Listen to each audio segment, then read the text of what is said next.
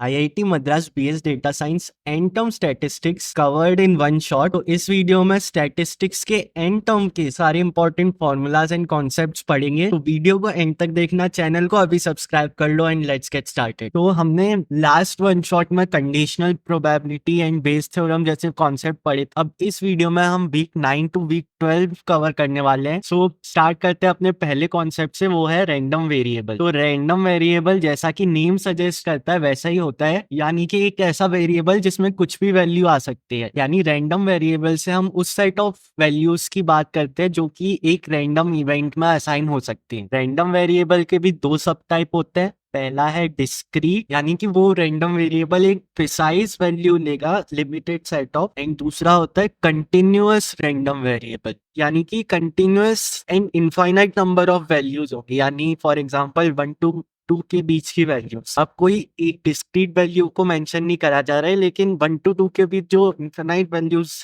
हैं उनको मेंशन करा जा रहा है। फिर नेक्स्ट टॉपिक आ जाता है प्रोबेबिलिटी डेंसिटी फंक्शन, जिसको पीडीएफ भी बोलते हैं शॉर्ट फॉर्म में, और ये बताता है हमें likelihood of range of values of a random variable. Next आ जाता है क्यूमुलेटिव डेंसिटी फंक्शन, जिसको सीडीएफ भी बोलते हैं, और जैसा कि नेम सजेस्ट करता है क्यूमुलेटिव, यानी इन अ वे प्रोबेबिलिटी डेंसिटी फंक्शन को अक्यूमुलेट कर लेता है तो हमें सीडीएफ मिल जाता है। फॉर एग्जांपल ये बताता है द प्रोबेबिलिटी कि किसी रैंडम वेरिएबल की वैल्यू एक गिवन नंबर से छोटी या उसके बराबर होने की, लेट्स से 2 से छोटे या 2 से बराबर उन कितनी प्रोबेबिलिटी है उस रैंडम वेरिएबल की, वही क्यूमुलेटिव डेंसिटी फंक्शन बताता है। तो आ जाते हैं एक और बहुत इंपॉर्टेंट टॉपिक पे, वो है expectation of a random variable, यानी कि लॉन्ग रन एवरेज। यानी कि रैंडम वेरिएबल को बार बार रिपीट करेंगे तो फिर लॉन्ग रन में जो एवरेज आएगा उसी को हम एक्सपेक्टेशन बोल देते हैं। इसको हम ई ऑफ एक्स से डिनोट करते हैं, और इसका फॉर्मूला कुछ इस तरह होता है, summation from 1 to infinity of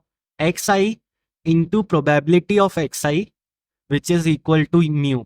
तो ई ऑफ एक्स को म्यू भी बोलते हैं, और इसका फॉर्मूला ये होता है कि एक्स आई की अपनी असली वैल्यू और उसकी जो प्रोबेबिलिटी है दोनों को आपस में मल्टीप्लाई करके सारी एक्स की वैल्यूज का समेशन कर देंगे, तो उससे हमें expectation of a random variable मिल जाती है। और ये दोनों फॉर्मूलाज भी इंपॉर्टेंट है, तो इनको भी याद रखो। अब हमें किसी रैंडम वेरिएबल की एक्सपेक्टेशन पता है तो वेरिएंस हम उसका कुछ इस तरह से निकाल सकते हैं, यानी कि variance of x is equal to E of x minus mu का होल स्क्वायर, और उसी का एक और फॉर्मूला ये होता है कि ये ई of x square minus E of x का होल स्क्वायर। तो इसको कैलकुलेट करने पर भी हमें वेरिएंस मिल जाता है। In case of V a x plus b हट जाता है और ए स्क्वायर होके बाहर आ जाता है और वी एक्स मल्टीप्लाई हो जाता है। तो ये वाली इक्वेशन याद रखना, और सिमिलरली ये वाली इक्वेशन भी याद रखना, only if x and y are independent. Standard deviation सबको पता है वेरिएंस का स्क्वायर रूट होता है, तो ये याद रखना, ये वाला फॉर्मूला भी इंपॉर्टेंट है। अब आ जाते हैं बर्नौली रैंडम वेरिएबल पे, यानी ऐसा रैंडम वेरिएबल जो कि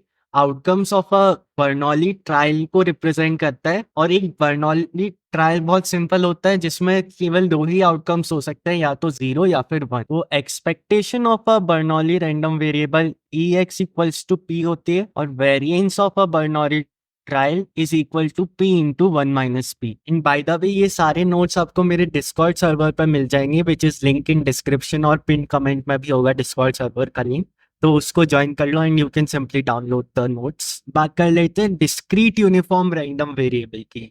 जैसा कि नेम सजेस्ट कर रहा है, it's a precise uniformly distributed random variable जिसकी हर वैल्यू की प्रोबेबिलिटी सेम होती है, which is equal to 1 by n, n being the total number of values, और इसकी expectation simply n plus 1 by 2 होती है, again n being the total number of values। और इसको ऐसे भी लिख सकते हैं, summation of 1 to n of x i into probability of x i. E of x square का ये फॉर्मूला होता है n plus 1 into 2n plus 1 upon 6। Now coming to binomial random variable, जो कि बाइनोमियल डिस्ट्रीब्यूशन को represent करता है, उसका किसी वैल्यू की प्रोबेबिलिटी निकालने का ये फॉर्मूला होता है n C i into p की power i into 1 minus p की होल पावर n माइनस आई।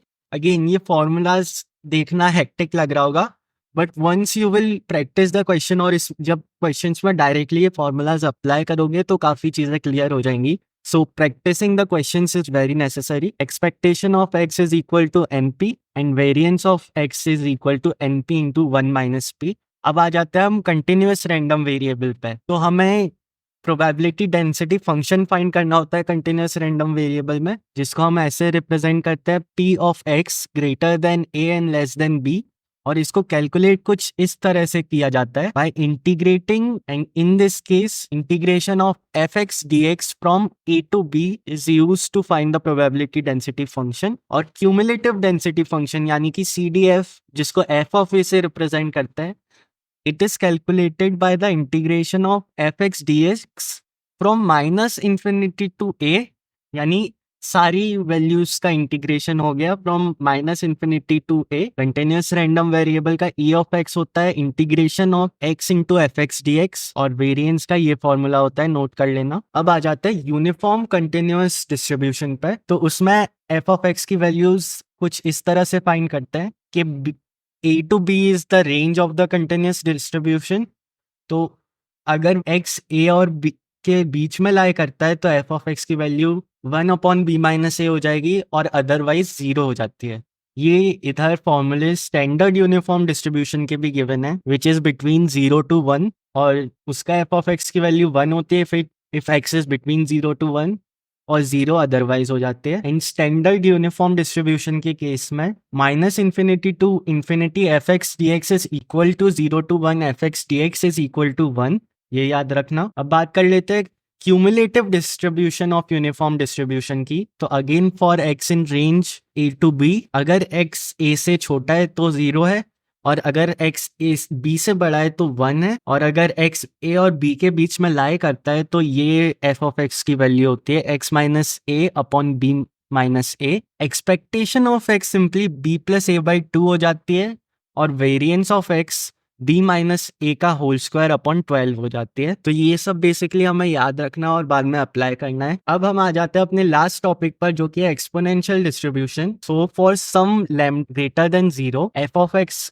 की कुछ इस तरह से वैल्यू होती है कि लैम्डा e की power minus lambda x for x greater than और equal to 0, and f of x की वैल्यू 0 हो जाती है इफ एक्स की वैल्यू कुछ अदरवाइज है। CDF इस केस में, जिसको एफ ऑफ ए से डिनोट करता है, इज सिंपली 1 माइनस e की पावर माइनस लैम्डा ए। एक्सपेक्टेशन हो जाती है 1 बाय लैम्डा, और वेरिएंस हो जाती है सिंपली 1 बाय लैम्डा का square. So again huge thanks to Aditya Dhar Dwivedi for these notes. These are not my notes, and these are available at our Discord server, link in description. So that's it for our end term revision.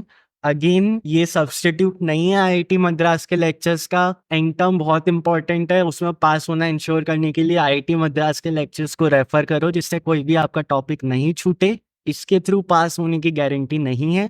And question solve करो, that is the most important part. And ऐसी और videos के लिए channel को अभी क्या अभी subscribe कर लो, and I will see you very soon. Peace.